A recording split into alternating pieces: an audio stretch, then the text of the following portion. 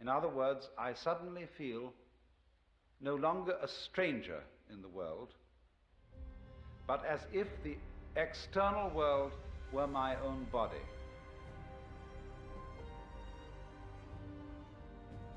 The next aspect of the feeling is even more difficult to assimilate to our ordinary practical intelligence, but a very overwhelming feeling that everything that happens, everything I have ever done, everything anybody else has ever done, was part of our harmonious design. That there is no error at all. And that's the sort of thing I'm referring to. Now, you see, I'm not talking about a philosophy. I'm not talking about a rationalization, some sort of theory that somebody cooked up in order to explain the world and make it seem a tolerable place to live in. I'm talking about a rather whimsical, unpredictable experience that suddenly hits people. And it includes this element of feeling the total harmoniousness of everything. Now, I realize that those words can carry with them a sort of sentimental feeling, a sort of Pollyanna feeling. There are various religions in our society today which try to inculcate in you the belief that everything is a harmonious unity. You know, things like Christian Science or the Unity movement and so on. They want to make a kind of propaganda for one to believe, and through believing to feel that everything is harmonious. Now, to my mind, that is a kind of pseudo-mysticism, because it's an attempt to make the tail wag the dog.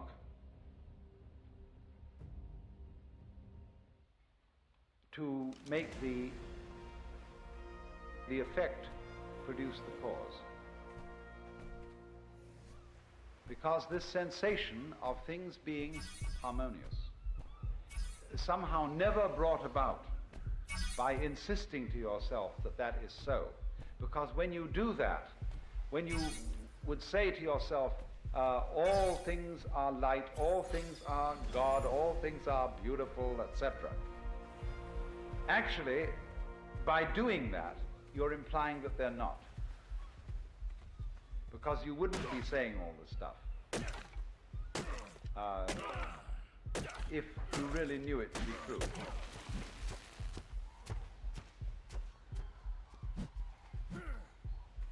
So this thing, the sensation of a kind of universal harmony cannot come to us when it is sought, when we look for it as something to be an escape from the way we actually feel or to compensate for the way we actually feel. It's a thing that comes out of the blue. And when it comes out of the blue, just like hiccups come out of the blue, or something like that, it's overwhelmingly convincing. And it stands as, actually, the foundation for most of mankind's profound philosophical, mystical, metaphysical, and religious ideas. Someone, in other words, to whom this sort of thing has happened. And as I said before, it strikes us as measles may strike us. Someone to whom this sort of thing has happened can't restrain himself when it has happened, and he has to get up and tell everybody about it. And alas, he becomes the founder of a religion. Because people say, look at that man, how happy he is. What conviction he has. He has no doubts. He seems to be sure in everything he does. You see, that's a wonderful thing about a great human being. He's like an animal or a flower.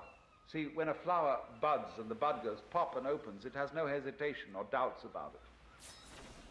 But when a young woman appears in society as a debutante, you know, she's not quite sure if she's going to come off. And she appears on the stage of society with some doubts in her mind. Therefore, all appearances of this kind are of a rather sickly nature.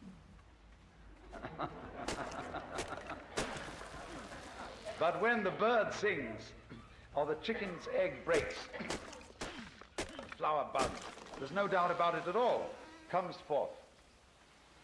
And so in the same way, when somebody has an experience of this kind, he just has to tell everybody about it. Because you see, he sees everybody around him looking dreadfully serious, looking as if they had a problem, looking as if the act of living were extremely difficult. But from his standpoint, the person who's had this experience, he feels that they look funny, that they don't understand, that there isn't any problem at all, that he has seen from where he stands, you see, that the meaning of being alive is just being alive. That is to say, I look at the color of your hair and the shape of your eyebrow, and I understand that that is the point. That's what we're all here for. And it's so plain, and it's so obvious, and so simple. And yet here is everybody rushing around in a great panic, as if it were necessary for them to achieve something beyond all that. And the funny thing is, they're not quite sure what it is. But they are devilishly intent upon it, after that thing. And so, to the person in the state of consciousness, which I call mystical, that all seems very weird, very absurd. But it's not something that you criticize in an unkindly way. You don't say, those damn fools, those idiots. You say, it's such a pity that they don't see it.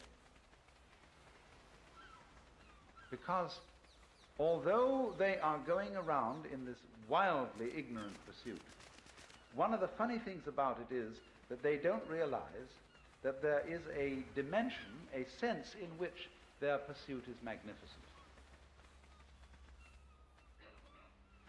It's to give an obverse sense to the saying, Father, forgive them, for they know not what they do. Turn that into its opposite. Not forgive them, but give them a blessing, because they don't know what they do. Give them an honor.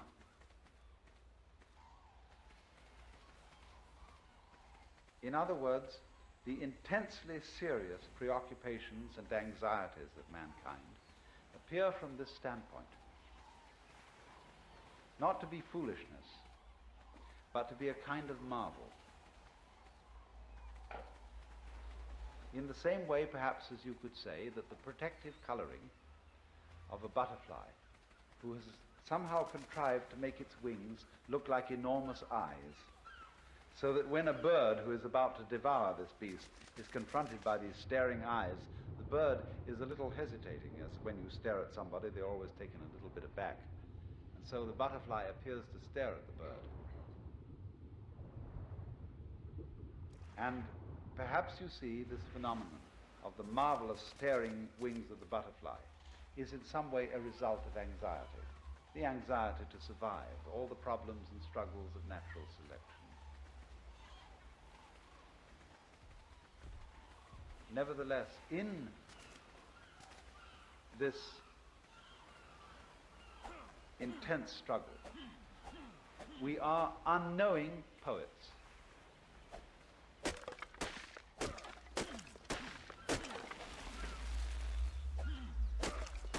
You see, one of the greatest ideas in the world that has ever been produced is, for my thinking, the Hindu idea that the world is a drama in which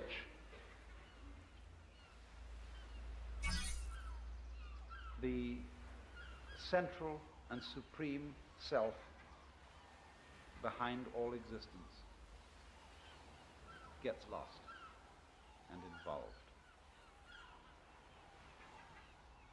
And pretends, plays that he or it, or he, she, or whatever you want to call it, is all the creatures that there are, and gets totally involved. And thus, you see, the more involved, the more anxious, the more finite, the more limited the infinite manages to feel itself to be. The greater the artistry, the greater the depth of the illusion which is created. For you see, all art is in a way illusion. The art of the magician is the art of illusion, the art of misdirecting attention so that a magic seems to appear. And so in this way, the more there is anxiety,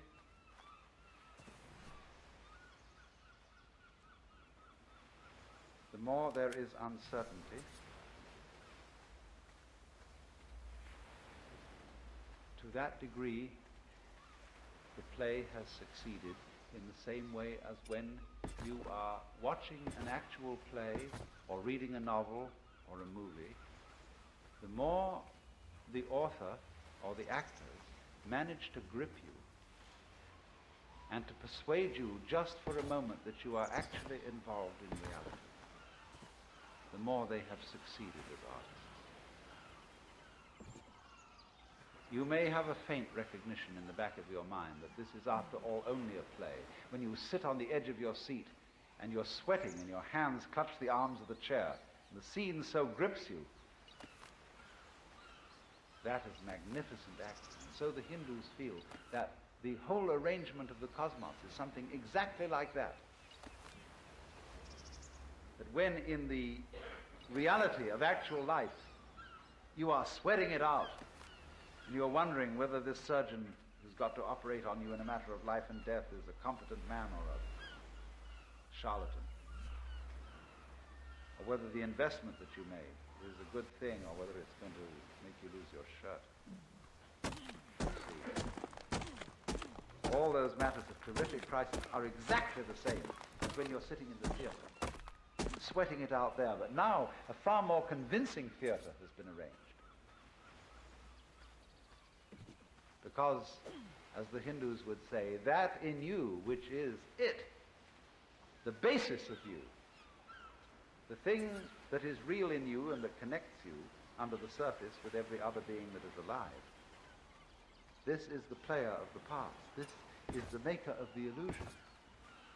This the player of the game which has got you involved in this mess and is living it up in the same way as those actors on the stage are living it up to convince you that this is a real situation. And this is very understandable because basically everybody loves to play this game. The game of hide and seek. The game of scaring oneself. Running up behind yourself in the dark and saying, "Boo!" All children like to do this. And this is the most human thing. That's why we go to the play, to the movie, and why we read novels. And our so-called real life is, from the position of the mystic, an extension of the same thing. Because, you see, he is the person who suddenly has realized that the game is a game. You see, if the game is hide and seek, or if the game is lost and found, everything to do with the hide side, or the lost side, is connected with where we as individuals feel lonely, impotent, put down, and so on. All the negative side of existence.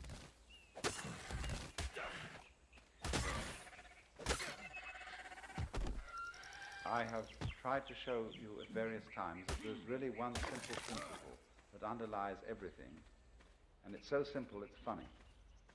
The principle is all insides have outsides. Because you see, you don't know that the inside is inside unless there's an outside, and you don't know that the outside is outside unless there's an inside. Okay, then you, as you ordinarily feel yourself, are the inside. You are the animate, sensitive being inside the skin. But the inside of the skin goes with the outside of the skin. If there weren't the outside of the skin, there wouldn't be no inside. And the outside of the skin is the whole darn cosmos. Galaxy beyond galaxy and everything, you see? And that goes with the outside, in the same way that front goes with back. So that if you wake up and understand that, you find that the two are one and the same identity, one and the same self, one and the same life. So that's the mystic's point of view. He finds that out. Now, if I may switch, what is morals?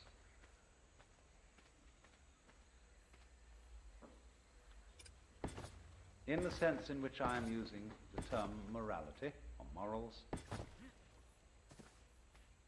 it's a set of rules analogous to the rules of language.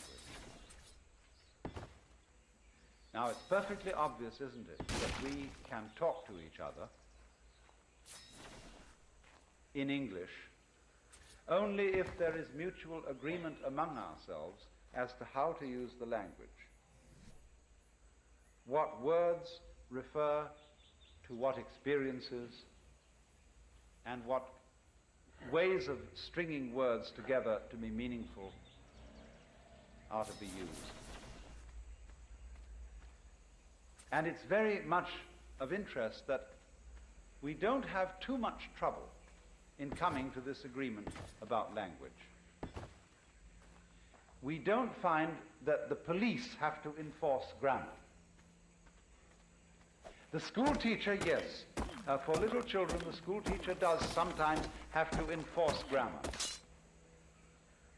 And say in an authoritative way, and in the old-fashioned schools with the aid of some implement of corporal punishment, that, you use the correct grammatical forms. But when we grow up into adult life, we use these grammatical forms without much difficulty. And very rarely do the police have to enforce it.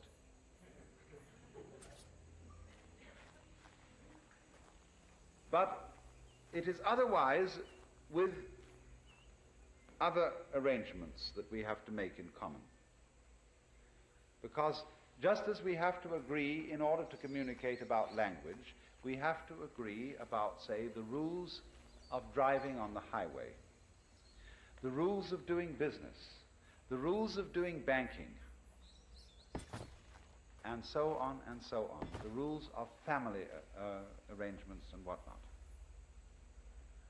And these are actually rules of the same kind as the rules of grammar.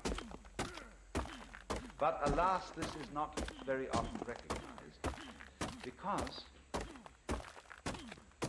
the authority, the sanctions, the power behind these rules is different from the authority behind grammar.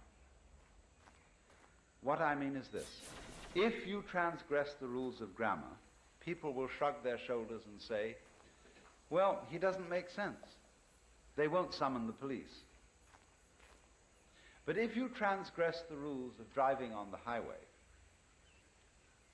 or the rules of finances, someone is likely to summon the police. And so one sees the authority of the state as standing behind those rules. And there are other rules where our society sees standing behind them not the authority of the state, but the authority of the Lord God Almighty. So that if you transgress those rules, you're in danger not simply of going to jail, but, according to your religious persuasion, of frying forever in hell, or, on the other hand, of failing lamentably to be a real person.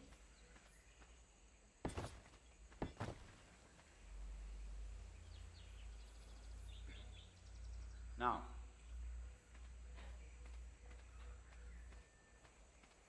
the problem is this: where the domain of mysticism and the domain of morals come into conflict.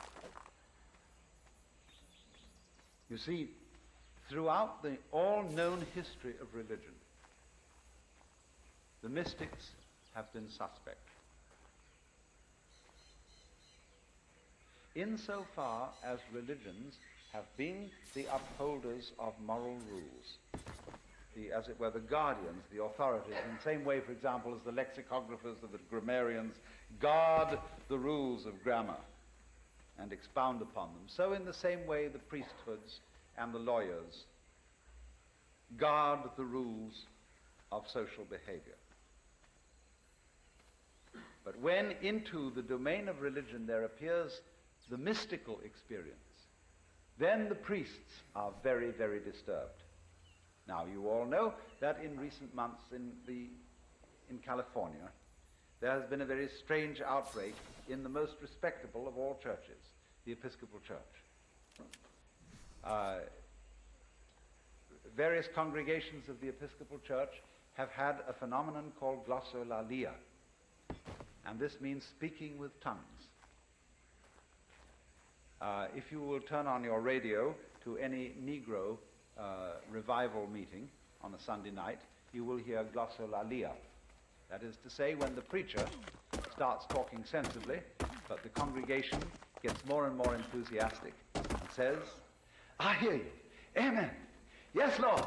And so on. And it works up the preacher so that by the time he's through, he's not talking sense anymore. He's just lalling. He's going through glorious nonsense. In other words, he's become all the dry theological categories have turned into not only poetry, but beyond poetry, into music. And he's just saying, you see, he's just going like that. And the congregation's behind him, and it's wonderful. You see, he's become at that moment one in spirit with the universe, because that's what the stars are doing. The stars above us, the galaxies, they're not making sense. See? They're making a colossal display of fireworks in the sky. See? They're going like that. Well, it so happened that in recent months, various congregations of the Episcopal Church had outbreaks of this. The Bishop of California, when all this happened, Bishop Pike, wrote an encyclical letter to his pastors and said, with all due regard for everything, you know, we must not be too dogmatic. We must recognize always that the Spirit of God may work in mysterious ways that cannot be foreseen.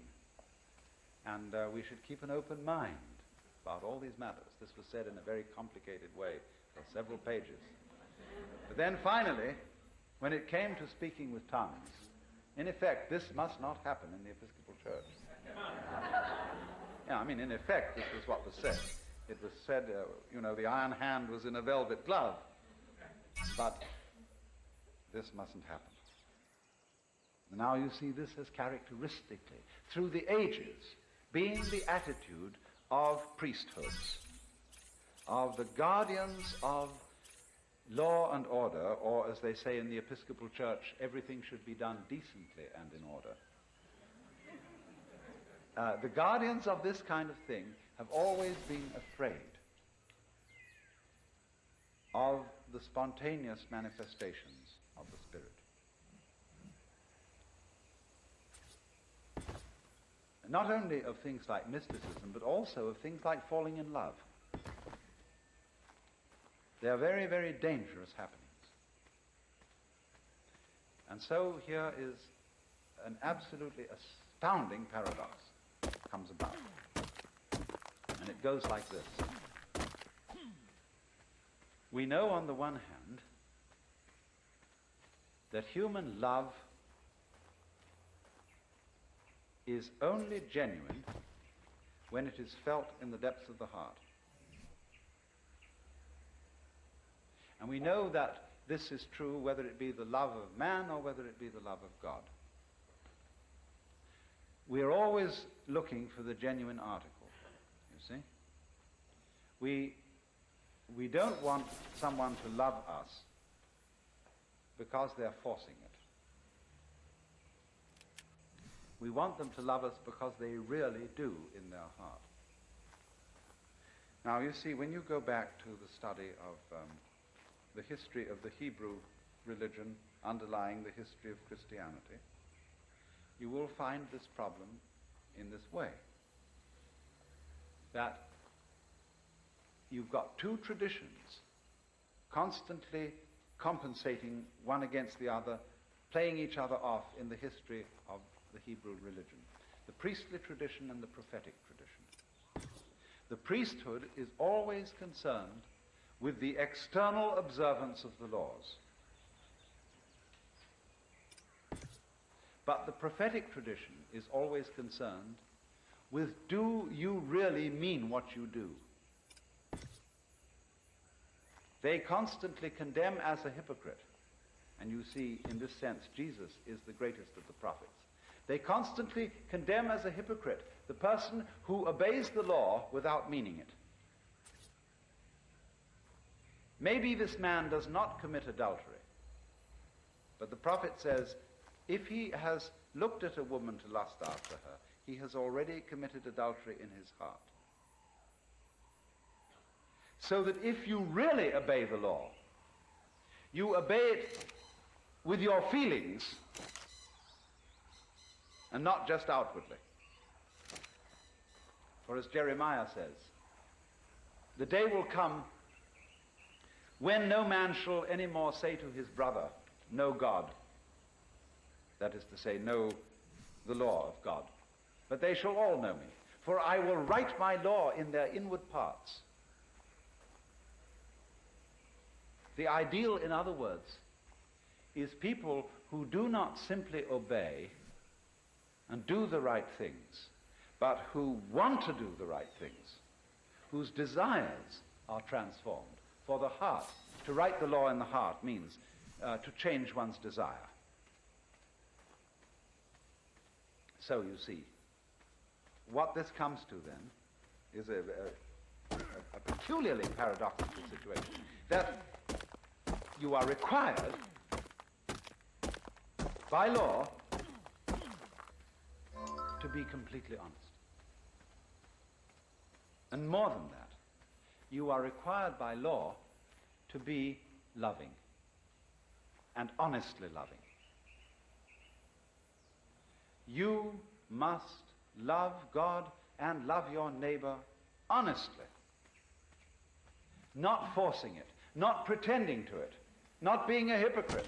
You must really feel it.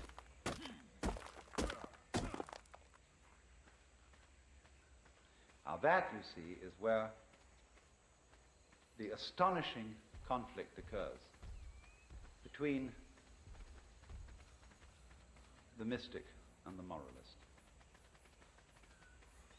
For the moralist knows that he has to be more than a legalist. He has to be more than one who insists that the outward observance of the law be kept. Luther said that the law which requires that inward compliance is the most terrible thing. He based a great deal of his philosophy on an attack on the idea that one's own inner feeling could be commanded. Because you see, the moment you subscribe to the idea that your inner feeling should be commanded, you let yourself in completely for hypocrisy. If you see, you tell another person that you love them because you know you're supposed to love them, and in fact in your heart you don't love them, you're a liar.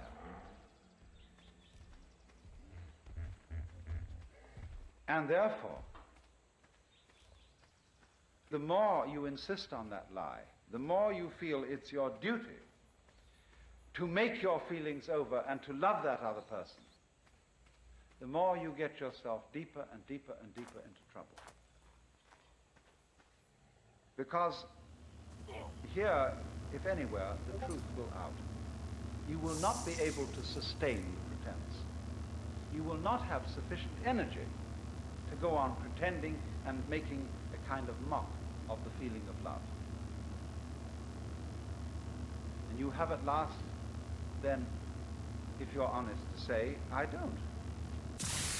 It doesn't matter whether this is to some other human being or whether in a religious situation you have to sit back and look at the Lord and say, Lord, I don't love you. I think you're a bore. You're demanding, you're authoritarian, you're domineering. And probably I ought to love you, but I'm sorry I don't.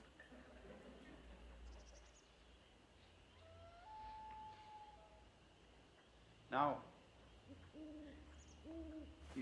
we think, you see, that an honest expression of our feelings would be disruptive of law and order. It wouldn't. Not in the least. Actually, it would be contributive to it. Because if I say to somebody, look, I'm not doing this for you because I love you or because I like you. I'm doing it for you because the book says I must. Now that puts it up to the other person, who has to look within himself and say, honestly, ought I to accept this favor from this person? Or ought I to go about seeing how I could provide myself with these conveniences? He may say, I understand you don't like doing this, but excuse me, I'm in a terrible jam. And I will be most beholden to you if for a little while yet you will go against your feelings and help me out. See, that's a nice way of doing things. That's the kind of real understanding that we have to have. I was associated once with somebody in a business way who was a complicated person who pretended always that he was a great idealist and that he was doing whatever he did for the benefit of mankind, for the furtherance of mutual understanding, for unselfishness and love between human beings.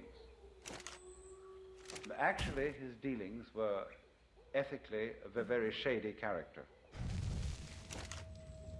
And I couldn't get on with him because he wouldn't come clean. If he had said, look, I'm in a kind of a jam, and in order to get around this problem, we have to manipulate things thus and so, and I know this isn't very ethical, but that's what we have to do. I would have said, well, I'm entirely in agreement with you. But then he wouldn't have come on with this sort of pious line that was so sickening and offensive. He would have come on in a human way, and we would have understood each other. You see now how real honesty is a genuine basis of morals. Real honesty is always not pretending that your feelings are other than they are. We know, as we deal with situations practically, that we may have to do things that go against our feelings. And it's the same with helping people when you have to, whom you don't like, you don't want to help, but on the whole, it's rather necessary to do so. But don't ever be dishonest in playing that your feelings are not what they are. Now, from this standpoint, we can perhaps understand something about the deep relationship between morals and mysticism. If we go back, you see, to the experience that I described as mystical, we see that it is the vision, I tried to put it fumblingly in the sense of the rightness, the harmoniousness of everything that you are from one moment to another.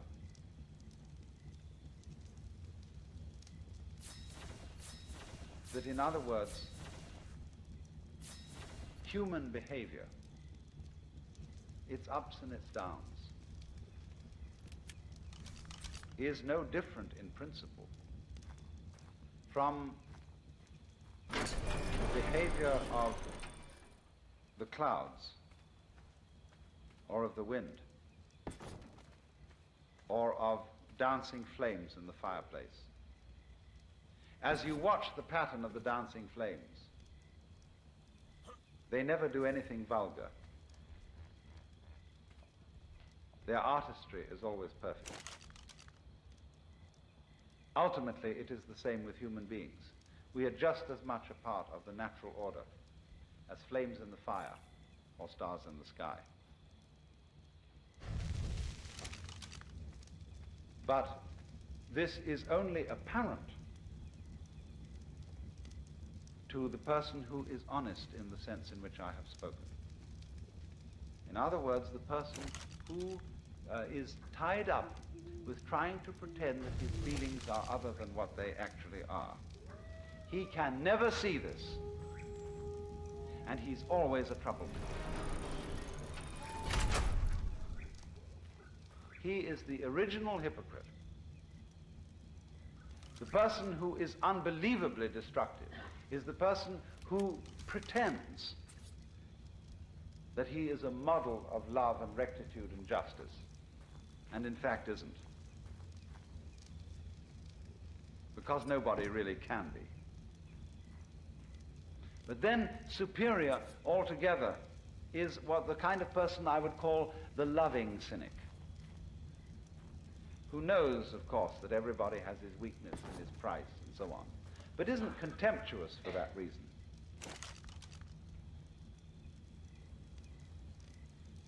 Incidentally, may I be so bold as to recommend a book, Memories, Dreams and Reflections by C.G. Jung. Jung's autobiography, the life story of a man who, in my opinion, was a superb human being in this particular sense of thoroughly knowing his own limitations and of having a certain humor about them,